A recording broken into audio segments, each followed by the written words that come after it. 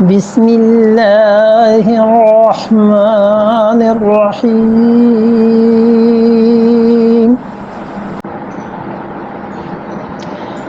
إن الذين آمنوا والذين هاجروا وجاهدوا في سبيل الله أولئك يرجون رحمة الله والله غفور رحيم.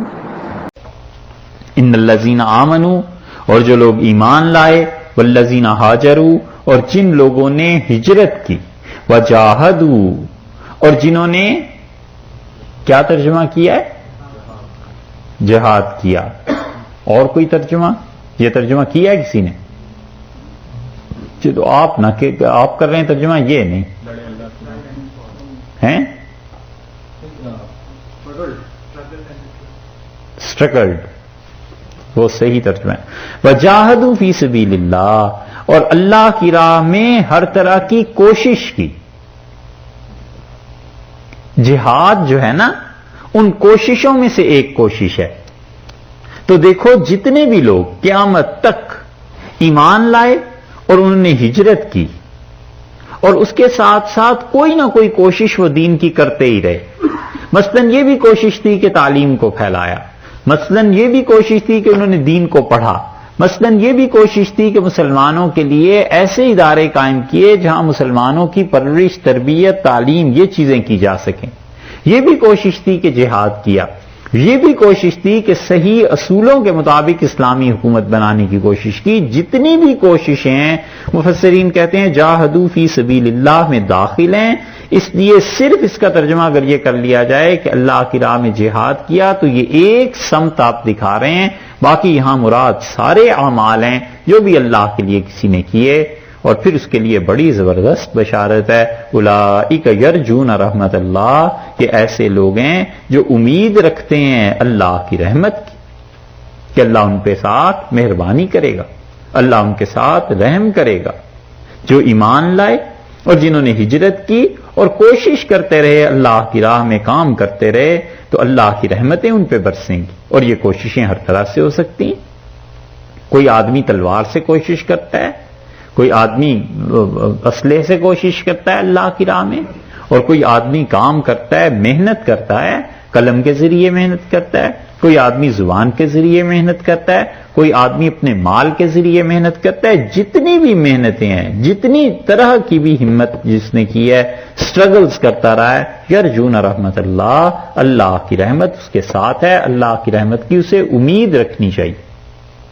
اور یہ جو ارشاد فرمایا کہ ہاجروا، انہوں نے ہجرت کی، تو ہجرت کرنے کا اگر موقع تھا تو ہجرت کی.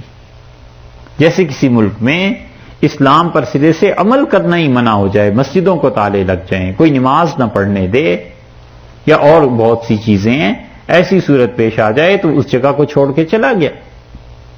یہ جہاں کسی انسان کو دین پہ عمل کرنا دشوار ہے، اس جگہ کو چھوڑ کے چلا گیا.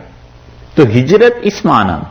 اور اگر موقع ہی نہیں ہوا تو نہ صحیح، پھر وہ دو شقوں پہ عمل ہو گیا کہ ایمان لائے اور اللہ کے راستے میں ہر طرح کی کوشش جو اس سے ہو سکتی تھی کہ ہجرت کا موقع ہی نہیں تھا، لیکن ایمان کا موقع تو تھا، اور کوشش کرنے کا جو بھی موقع اسے ملا ہے، جتنی اسٹرگل کے لیے کر سکتا تھا کسی بھی فیلڈ میں اس نے کی ہے.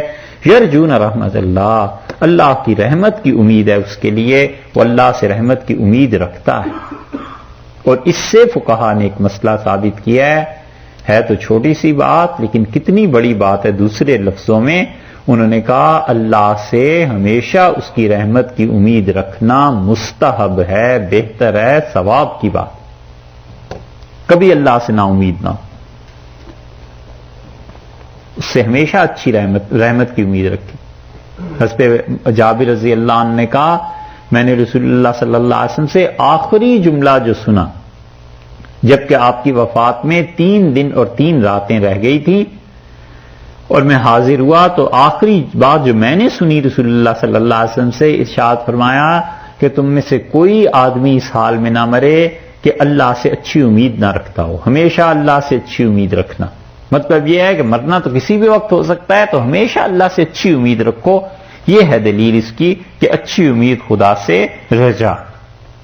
الایمان بین الرجاء والخوف، ایمان امید اور خوف کے درمیان کی کیفیت ہے۔ واللہ غفور الرحیم، اور اللہ بخشنے والا ہے، مہربان ہے۔